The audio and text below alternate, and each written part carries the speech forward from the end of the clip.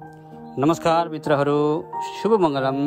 आज हामी धम्मपदको अर्को गाथामा जाउँ, जुन भगवानले जेतवनमा अत्तदत्थ भन्ने थेरलाई भन्नुभएको थियो।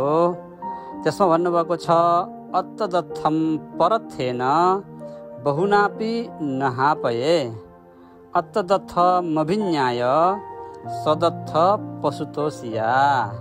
भन्नको अर्थ सुनौ, अर्काको खुबै हित गर्नका लागि आफ्नो हितको हानि गर्नु हुँदैन। आफ्नो हितको विचार राखेर सदर्थमा लाग्नु पर्दछ।